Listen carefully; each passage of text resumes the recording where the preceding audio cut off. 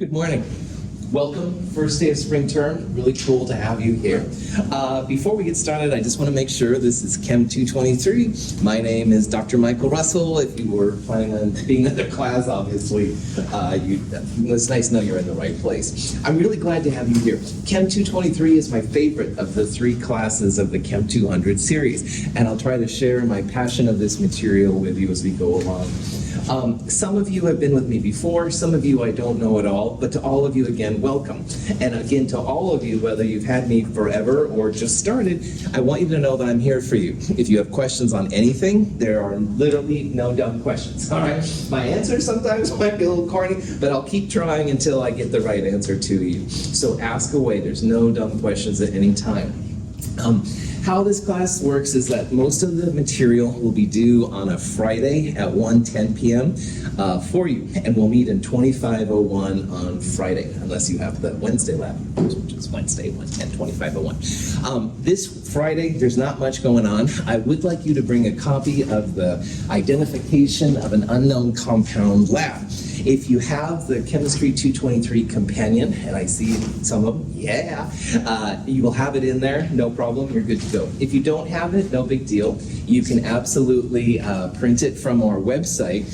Our website is mhchem.org/223, all right? And you can go there from your browser or your computer or phones or anything like that, and you should be ready to go. The ID of the unknown compound, if you can bring a printed copy of that for this Friday, that would be really, really cool. And again, that'll be this Friday at 1:10 p.m. in 2501, which is upstairs. Are there any questions right now that you might have? Cool. I record my lectures, all right? My little iPhone tripod setup here is good to go. You can listen to this or watch it as a podcast. You can watch it on YouTube. You can subscribe to it if you want, whatever. It's totally here for you. So just realize that's what it is. If you go in front of the camera, you might be recorded, but it's hardly like, Academy Award winning video or anything like that. But just let you know that it is part of it. It's a resource for you to use later on if I say something that's a little weird. So normally, as I said, Monday, Wednesday, Friday, in this room, we'll have a lecture, and it's totally cool to be here. I do record the lectures. You can see the PowerPoint notes that I use if you go to mhchem.org/223, or you can find them in the companion once again. So we're going to do a lot of examples and stuff this quarter, and you don't have to write down like 33 grams and 44 milliliters, this kind of stuff. If you have the notes, you can just make notes on the side to help you figure out like what's going on. And so I do encourage you to check that out.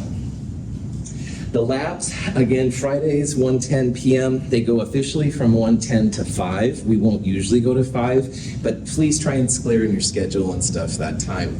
We'll start in room 2501. We'll go to the lab room 2507. That's the same room we had last quarter if you had me in Chem 222, but it's just right around the hall, no big deal.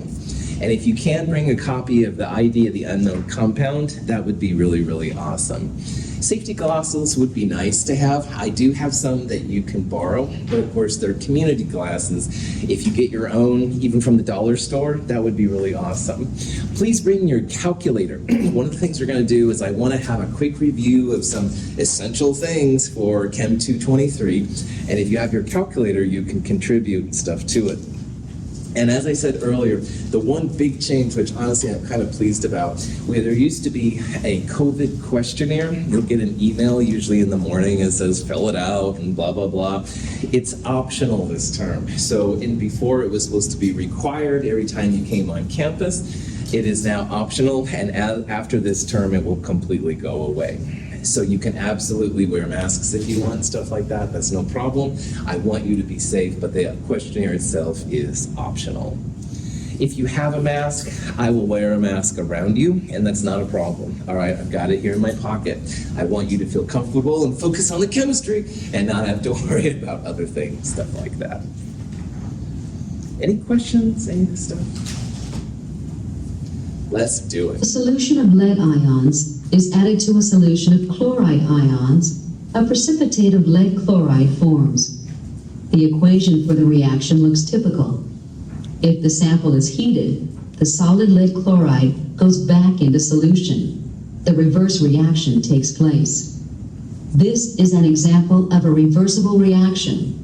In the equation for such a reversible reaction, we use a bidirectional arrow. The thing that differentiates Chem 223 from the other sections is the idea of equilibrium. Now in Chem 221 and Chem 222, we would have talked about how the lead 2 plus ion and chloride ions make an insoluble lead 2 chloride.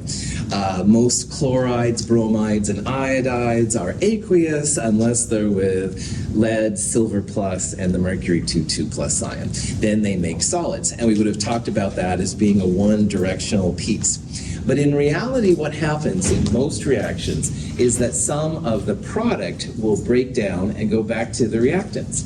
So you can imagine like the reactants get to the product side and they're like, oh, I want to go home or whatever. So some of them go back to the reactants.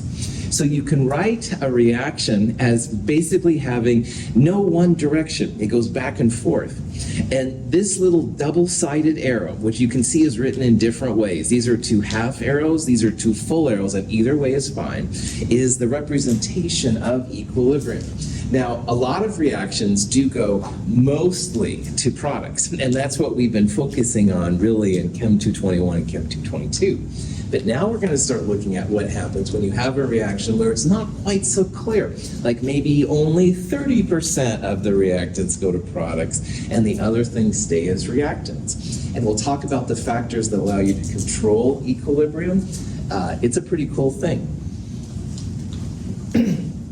Now, if you have an equilibrium system, which honestly is most systems, these equilibriums are dynamic.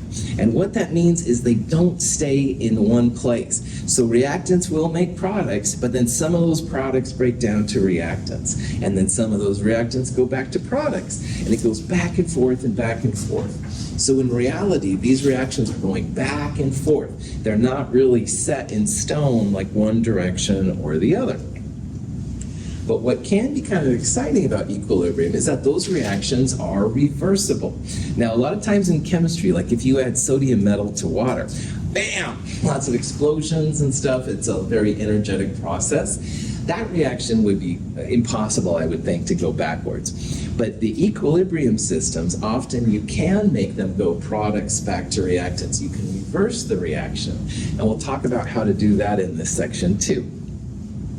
And finally, if you have an equilibrium system, you don't really have to think about reactants on the left and products on the right, because you could think about it as reactants on the right breaking down to products on the left. So it gives the chemists more flexibility in being able to go back and forth between the different pieces. This is one reaction where we have a cobalt metal, inorganics, yeah. Oh, sorry, prop that back on. Prop that off, prop that back on makes me, because I'm saying something that's basically stupid. But anyway, I'm an inorganic chemist, so I focus on metals, all right? And the metals are usually very colored. And this is an example of a pink cobalt complex, and it can be turned into a blue cobalt complex. And we'll talk about this at the very end of this quarter a little bit. So to go from pink to blue, and here's a picture of the blue compound, if you essentially add some chlorides, chlorides kick some of the waters out, all right? So you can see there's extra waters over here, and the chlorides have bonded with the cobalt. However, this is a property of an equilibrium system. And there's nothing wrong with thinking of it going from the blue compound to the pink. So you can think about the blue as adding some waters in, kick some chlorides out, and you end up then with the pink complex. This reaction is an example of a reaction which is an equilibrium. At room temperature, a solution of cobalt chloride is pink in color. When we heat it, it gradually turns blue. If we then cool the solution in an ice bath, it turns pink again. The reaction reverses. Sometimes with electronics, you'll see a blue little crystal kind of thing that comes with it, and it says, if this is pink, it's been exposed to water. This is the system, all right? And you can, in theory then, if you had a dry compound gain some water and become pink, then that would show that water was in the system. It absorbs the water. On the other hand, if you wanted to get it out, you could essentially change the temperature, which is what they did right here. You can change the temperature and make it go back in the opposite direction. Now, this is an equilibrium we're going to spend a lot of time talking about both this week and next week. And this is where you take an iron +3 complex and you add the thiocyanide ion. Now, thiocyanide is sometimes called thiocyanate. Thiocyanide is, I think, a little bit more appropriate, but it is listed both ways, so whatever you want to call it is fine. And it makes the FeSCN2+ complex.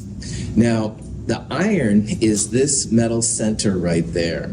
And if you look at this picture, these are water molecules that are all around the iron. And we're going to talk about why a lot of the transition metals like having waters around them in the next chapter. But for right now, just realize that iron usually has water molecules around it. And when the iron is in the presence of the thiocyanide ion, one of the waters is kicked out, and you end up with this FeSCN complex right here. And why this is kind of cool is that this is completely colorless. It looks like water.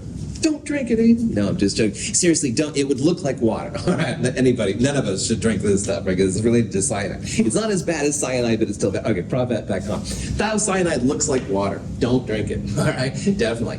And this is almost colorless. Sometimes people say it has a slight yellow color, which I think as a product of erosion. I don't know. So it's basically two almost colorless things making what I call the Klingon blood red color. Now, another thing, if you're new to my world, is that I really do like Star Trek, and you don't have to like Star Trek to get an A in this class. However, the references to Star Trek will undoubtedly commence. Anyway, this is a very intense kind of a red color, and we'll use this actually throughout the term one way as an indicator if iron is there. However, going back to what we're talking about, equilibrium. All right. Now in Chem 221, we would have said, all right, add some iron to some SCN minus, make the FeSCN2+. But in our new class now, we can say, okay, well, the FeSCN2+ forms, but then some of it is going to go back to the iron and the SCN minus. All right. So you can think about this as a reactant, and these are the products. Although since Chem 221, of course, we've always thought as reactants on the left and products on the right. And so really you can do either way in these equilibrium systems, which is kind of cool. Any questions on anything so far? Sweet. When a solution of iron 3 nitrate is added to a solution of sodium thiocyanate, the red-orange iron thiocyanate complex ion is formed. Although the reaction looks complete, substantial amounts of iron ion and thiocyanate ion remain unreacted in solution. When iron 3 ions contact thiocyanate ions in solution, they can react to form a complex ion, iron thiocyanate. As the reaction proceeds, product molecules can react in the reverse direction to separate and reform the original ions. Eventually, the concentrations of products and reactants become constant. At this point, the rates of the forward and reverse reactions are equal, and the system is in a state of dynamic equilibrium. So you can kind of see what's happening here in the second video. First of all, on the left side is a dilute version of the blood red color. That's not as blood red as I would like. As we get closer to the end of the term, we'll see more and more examples of this, and some of them, truthfully, are blood red, but you get the idea. It's kind of the burnt orange version right now. However, the right side is what I really wanted to talk about, because iron is essentially dancing in this reaction all the time. Now, initially, when you add iron +3, it has water molecules next to it. In the picture I showed earlier, there were 6 waters around. We'll talk about that later too, but for right now, just think of it as having 1 water that it dances to. And it dances with water for a while, but then it's like, oh, thiocyanide. So it ditches water and goes over to the SEN, starts dancing for a while. Dance, dance, dance, but then, oh, hey, water, you're back again. So it starts dancing with water. So it goes back and forth and back and forth. And the more of the FeSCN2 plus you have, the more of this blood red color you're going to have. In this version, you don't have a lot of it, so that means you do have a lot of waters dancing with irons, and then the thiocyanide comes in, and then the water comes in, blah, blah, blah. So we're going to show just, like equations, right? But in reality, it is this back and forth kind of thing, all right? It literally is like a dance. And all the equilibrium we're going to look at, acids and bases and all kinds of stuff, everybody's dancing. Yeah. So after a period of time, though, the amount of reactants that are left and the amount of products that form become constant, all right? Because everybody then is in their set dancing mode, if you will, and it's good. So the forward and reverse reactions keep continuing, but you can think about them as being more or less set in stone, all right? Like you have just as much forward going to the product as you have products going back to the reactants.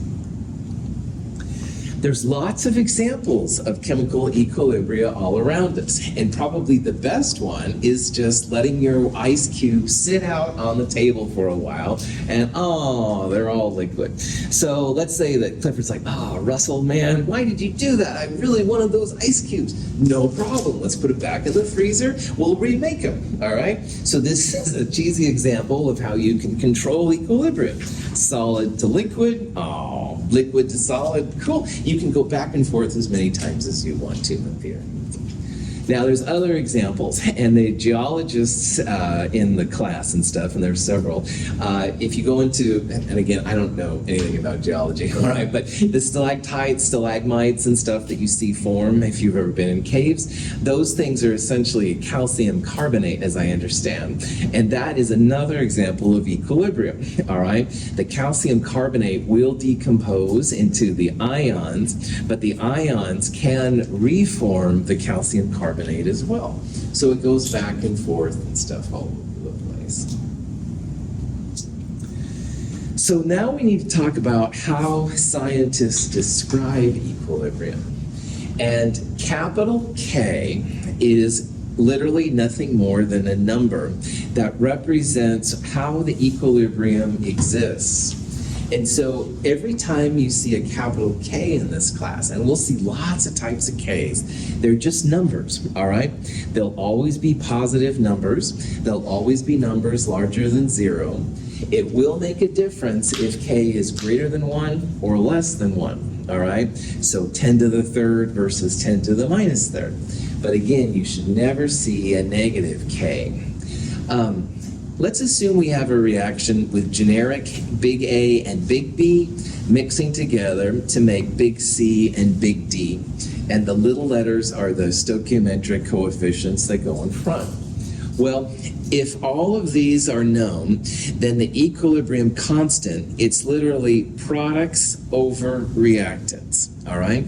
So notice here we've got square brackets. What does the square bracket mean in chemistry? Does anybody remember?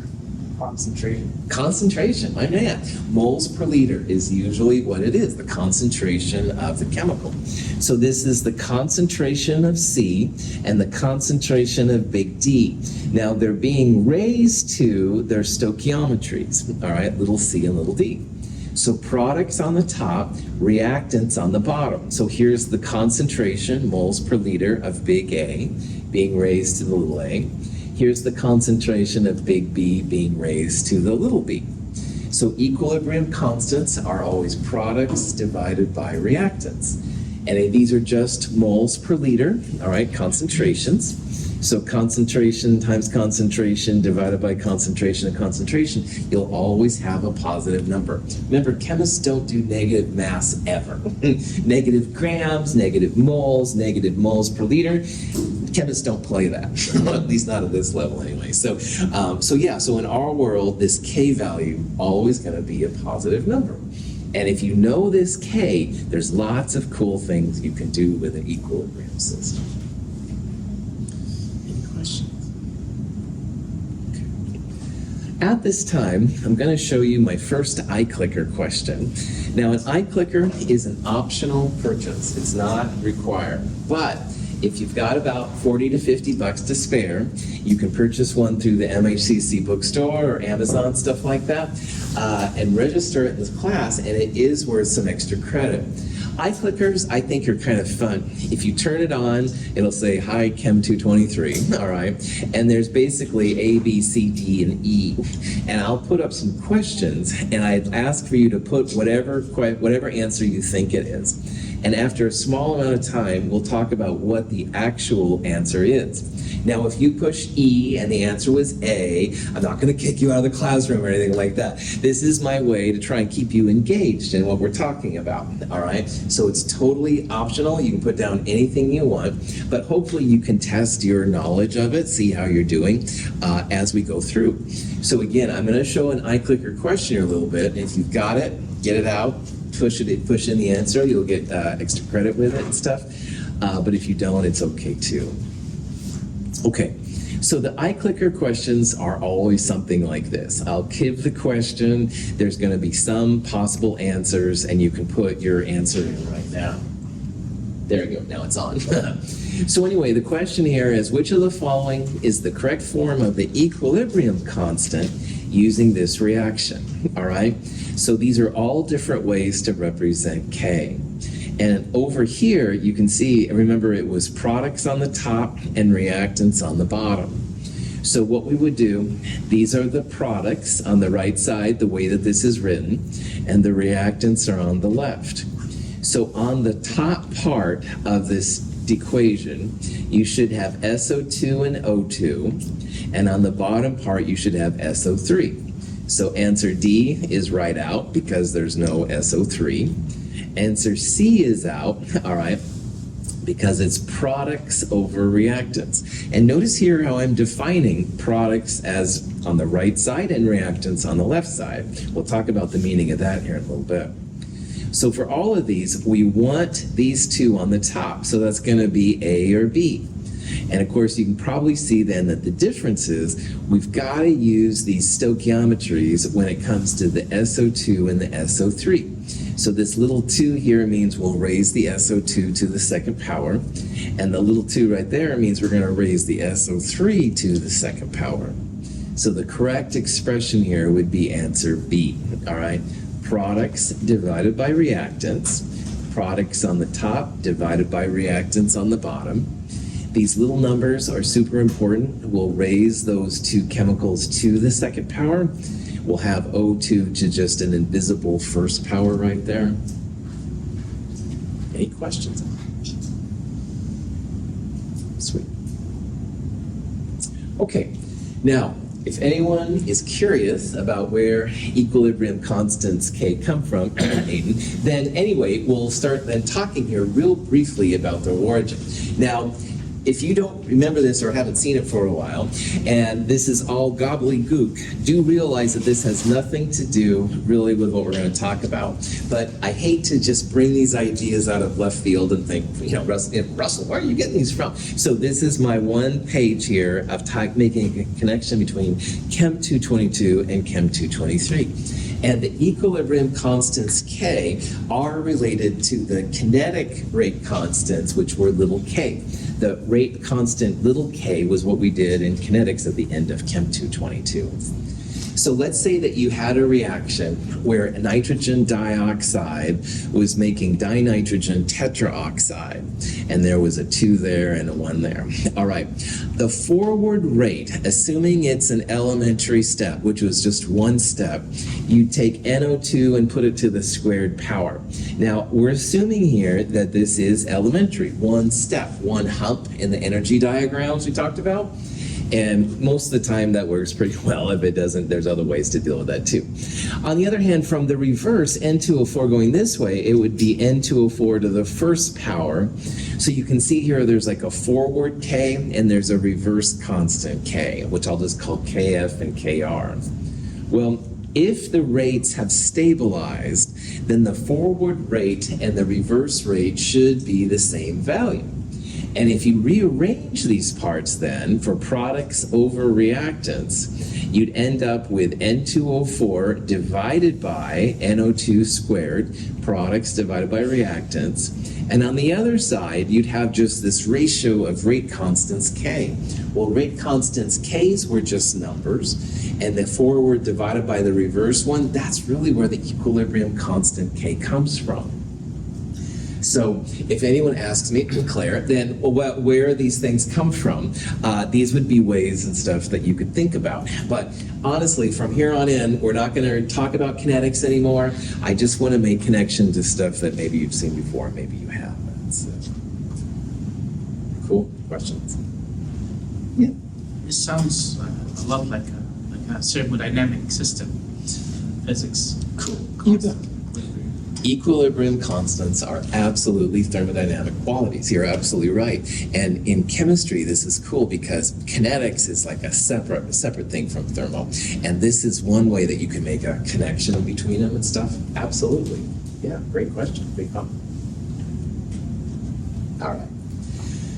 This reaction is showing hydrogen and iodine coming together to make hydrogen monoiodide or hydrogen iodide, whatever is fine.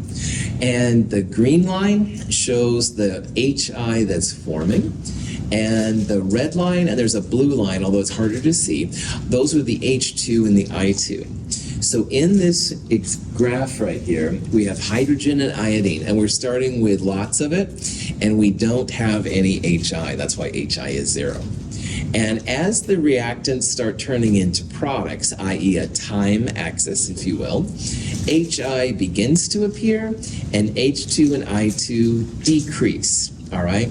Now we saw when we talked about half-life that almost always there's going to be some of the original stuff around, like it never goes away. All right. And that's what we're seeing right here. Only in equilibrium, it's actually more than you might expect. So you can see that what happens is initially there's a big drop off. H2 and I2 begin to drop off, and then they get to a point where the concentration is pretty standard. On the other hand, HI really increases like heavy, and then it gets to a place where it's pretty constant. So equilibrium is what happens when you get to the areas where the concentrations are pretty constant, all right? You don't want to take a concentration calculation over here because everything is still reacting, everything is still dynamic. The reactant concentrations are decreasing because that's what we started with, and so they're going down. On the other hand, the product is appearing, it's getting bigger because we're making that in this reaction. And this is something that's really important. If you have an equilibrium system, you will have both reactants and products when equilibrium happens. Like you'll never have just product, or you will never have just reactants if you have true equilibrium. You're always going to have some of both here. In this reaction, we have more product than we have reactants. Like this is a bigger number on the y-axis, if you will, in these two. So this is a graphic way to show what equilibrium is. But the important part is that you want to make sure you're truly at equilibrium, all right? So sometimes you have to be a little patient to get to this point. On the other hand, some reactions are really fast and they get there right away. So when you get to this point, that's when you can think about K, all right? Because now at these points, everything to the right, hopefully, maybe even a little bit further to the right, honestly. But anyway, at these points and stuff, then the HI is more or less constant, and the concentration of H2 and I2 is more or less constant. So at this point, this is actually a reaction that's been studied quite a bit. The equilibrium constant is 55.3. And that number will have significance to us here coming up. So when it's done, we're going to have more HI than we have H2 and I2. And again, K is just a number. All right, it's just literally a number and stuff. And in this case, it's 55.3. So let's say that we have some NaCl and we're placing it in a flask. Now, NaCl is an unstable compound, and it breaks down into NO and Cl2. However, note here we've got equilibrium, all right? So equilibrium means you're gonna have some reactant and some product at the end. So in this problem, we put 2 moles of NaCl in a liter flask, and after we let it wait long enough, we found that the concentration of the NO is 0.66 moles per liter. And this is, believe it or not, all that we need to calculate an equilibrium constant K. So again, what's happening here? Starting with NaCl, we let it sit for a while. The NaCl has broken down into NO and Cl2, but it's in equilibrium. So that means that not all of this has reacted. Some of it's still around. And at equilibrium, we do find that 0.66 moles of NO are present.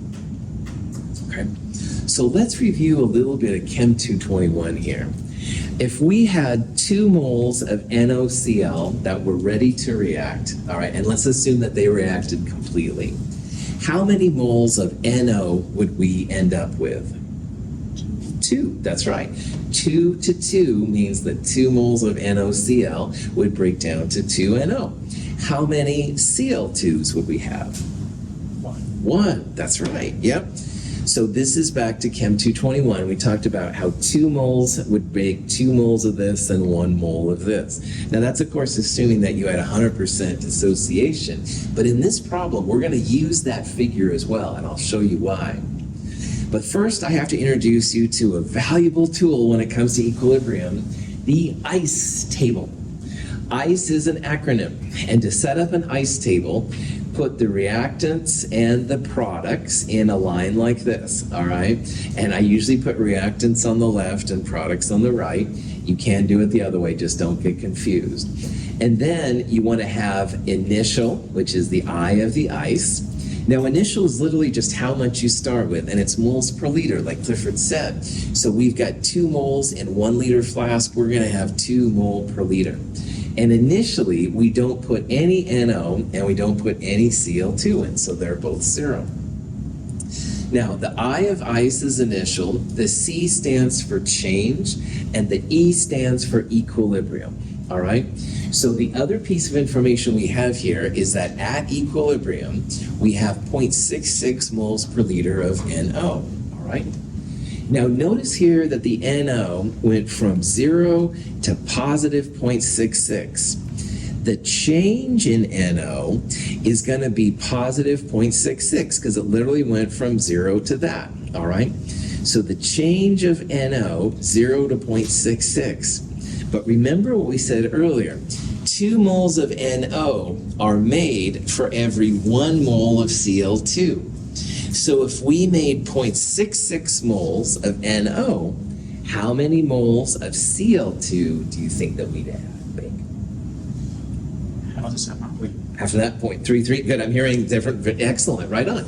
You're going to make half this amount, all right? The stoichiometry of our balanced reaction is super important when it comes to these. So there's a 2-to-1 ratio in NO to Cl2 formation. So if we're making 0.66 and there's 2 moles of NO for every 1 mole of Cl2, it's like half. So you can start filling in the other parts of this area. So notice here that the change of NO, positive 0.66, it went up. Cl2 went up by half that amount, all right, 0.33. So at equilibrium, we've got that. Now, this part over here is pretty cool too. 2 moles of NO are made for every 2 moles of NaCl that go down. So you can see here how if NO goes up by 0.66, the change will be down by 0.66. So let's focus just on the change right now. Notice the 2-to-2-to-1 ratio in the change column, and that corresponds to 2-to-1 right there. Balanced equations, super important when it comes to the change lines. But also look at the signs here, all right? You can literally draw a line between reactants and products if you want. Most of the time, reactants will be negative and the products will be positive. not all the time, but most of the time, reactants will go down and products will go up.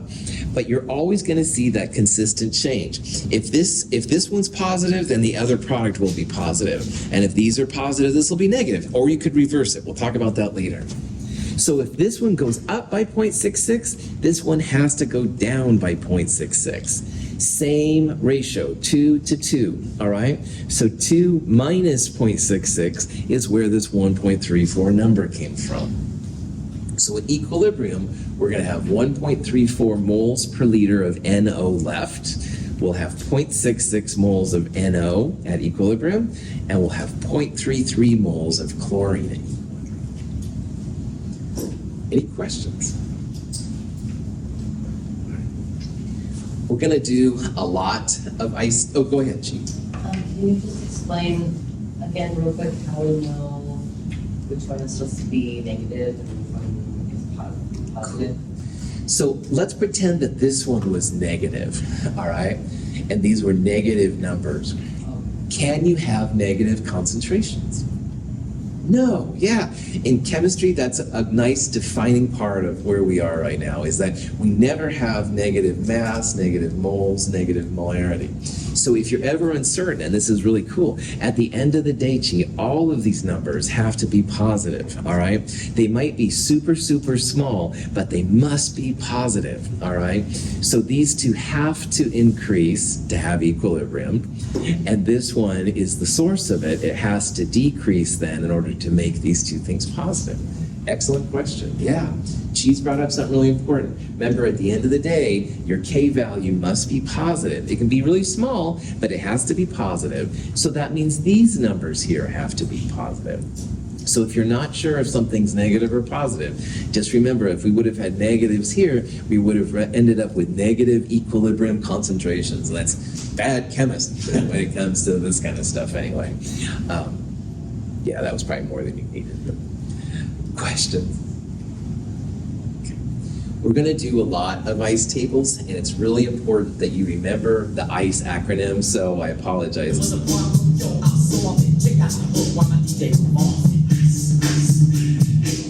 I'm probably totally dating myself at this point, but I see something this way in your head, so good, I'm not feeling totally out of like and stuff. So anyway, ICE table, really important stuff for what we're going to do. And anyway, all right, that's enough of that. But anyway, yeah, so ICE tables, really important. Vanilla ice.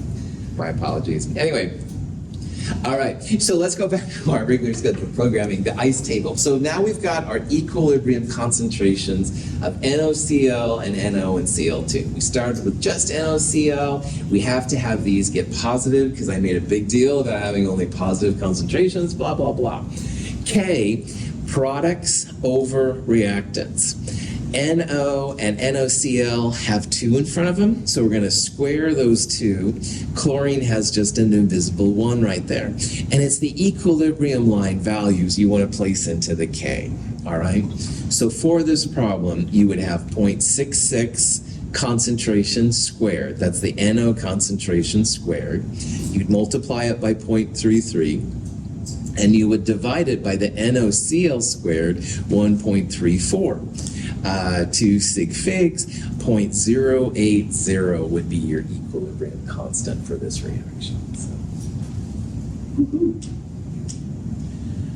So, a couple of things. Remember that the change line reflects the stoichiometry really well. So this reaction, we had a 2 to 2 to 1, all right? And that's what this line shows. 2 amounts, 1 amount. Chi's comment was really important. One side, reactants or products, will be positive, and one side will be negative. And if you're ever uncertain, remember that at the end of the day, the equilibrium line, always those numbers must be positive. So if you put negatives right here, you'd end up with negative concentrations. And verboten in this chemistry class. So positives on one side, negatives on the other. It absolutely makes sense then for the NaCl to go down and the NO and the Cl2 to go up. Remember, that's what we put into this class. We put NaCl. That's the only thing that was around. So it has to break down into NO and Cl2. Once these equilibriums are established, then you start going back and forth. But to get to that point, you've got to have them there. And then finally, K itself, products over reactants. The stoichiometries come into effect. The equilibrium line, the E part of the ICE table, is what you want to find it. The number that comes out of K, there, cool. Questions? There's some interesting things you can do with K expressions. And one thing that I haven't talked about yet, but is important, is that solids and liquids, the moles per liter, if you will, of a pure solid and a pure liquid really doesn't change. So we never put liquids and solids in equilibrium expressions. So this is an example of raw sulfur. Gee, thinking about your crystal. Anyway, G brought a cool sulfur crystal last quarter. It was really awesome to see. Anyway, prop that back on once again, Star Trek and sulfur crystals. Anyway, sulfur and oxygen here are making sulfur dioxide. And the important part here is that sulfur is a solid. Solids and liquids do not appear in equilibrium constants. So for this K, you'd write just SO2 divided by O2. You wouldn't put the sulfur in there. Here's another example that's much more common of what we're going to see. This one has water. We're going to see a lot of water in the upcoming chapters. And just remember, water is a liquid. All right, it's not H2OAQ. That would be water and water, which is chemistry really weird. So it's H2O liquid. So notice in this example, then, we'd have products divided by reactants. The NH4 plus times hydroxide divided by ammonia would be how we would describe the equilibrium constant. So basically in your equilibrium constant, you're only going to have gases and ions, all right? Gases and ions. So in this case, or solutions like this would be fine too. Actually, I should babble. Questions? So here's an example. Potassium and water is even more violent than sodium and water. It's pretty spectacular. I blew out one of these. Anyway, long story. Anyway, potassium and water react to make potassium hydroxide and hydrogen gas. The hydrogen gas sometimes self-ignites and stuff like that. So the question here then, I just killed it. Oh, there we go. The question here then is, how would we write the equilibrium constant? All right. And for this reaction, remember that you don't include liquids and you don't include solids. So in this reaction, everything that's a reactant is going to be kicked out. We won't put it in the reaction, but we will put these two in. So if you look at this reaction long enough, answer E has KOH squared and H2 to the invisible first power, and there's no denominator. So answer E would be the answer. And I bring this up not only to show, of course, about solids and liquids, but if everything on one side is a solid or liquid, then you just divide or multiply by 1. All right? So you can think about this as products divided by 1 because everything is a solid and a liquid. All right? Question? There's some other things you can do with equilibrium constants, all right? You can add equilibrium reactions together.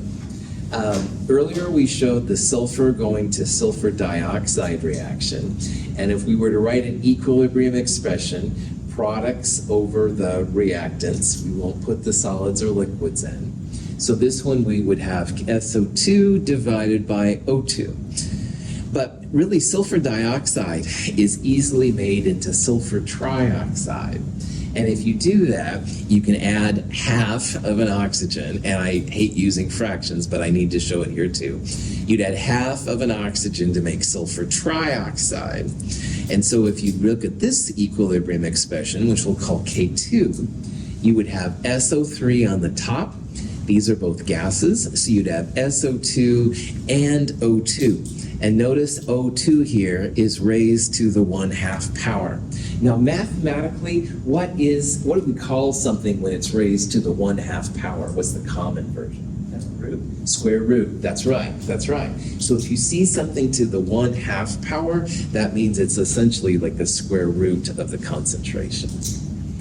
So let's say that we want to define the overall reaction here, which would be sulfur and oxygen going to sulfur trioxide. Well, the net reaction would look like this: sulfur plus 3/2 O2, making SO3. And the SO3 would be on top. You'd have O2 to the 3/2 power. However, if you look at those previous K1s, K1 was SO2 divided by O2, and K2 was SO3 divided by SO2 oxygen to the 1/2 power. If you multiply those two K's together, all right, you can probably see SO2 on top and SO2 on the bottom cancels. And in the world of exponents, O2 to the first power times O2 to the 1/2 power is equal to O2 to the 3/2 power. So you end up with SO3 divided by O2 to the 1 plus 1/2 or 3/2 power. So if you know two reactions, like if you had K1 and K2, but you wanted to find the K for the overall reaction, all you have to do literally is multiply the K's together, and then you would have that overall reaction. You can figure it out this way, or you can just look at them and stuff. Either way is totally cool. So, questions? It's super important that we define reactants and products. It's also super important that we talk about the coefficients that we're using, all right? And this is one example of why that is. Now, first of all, when you're talking about equilibrium constants, I will always put reactants on the left and products on the right. So the reactants will go on the bottom and the products on the top, stuff like that.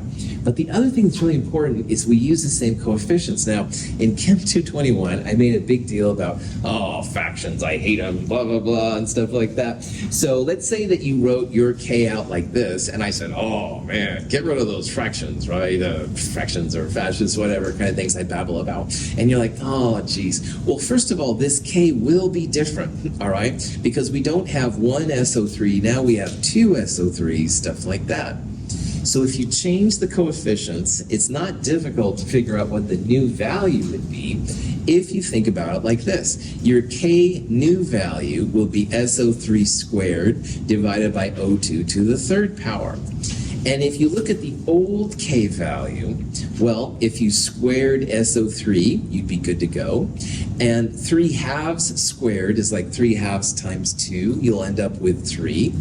So if you square the old K, you will get the new K. So let's say that John figures out that K old here is a value of 10. And I'm like, oh, John, we need to get rid of the fractions. He's like, oh, fine, no problem. Well, this isn't a big deal for John because going from the old to the new, we're essentially squaring everything to get there. So if the value of the old was 10, the new value would be 10 squared or 100. So it's not difficult to translate, but you do need to realize what you've got.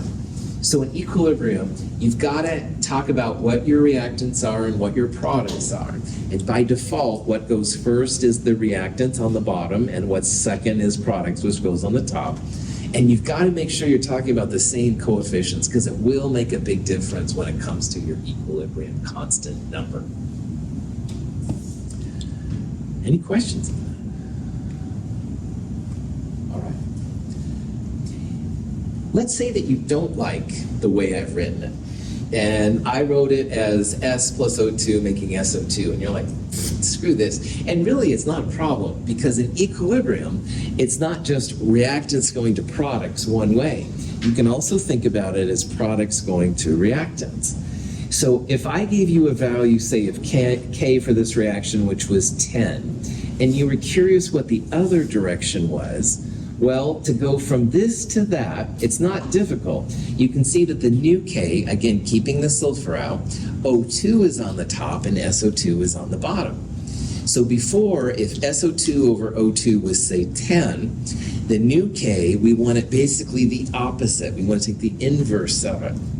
So the old K, 1 divided by that number, is going to give you the new K. So if this K was 10, then if you wanted to flip the reaction, you would go 1 over K. 1 over 10 would be about 0.1 then for your equilibrium constant.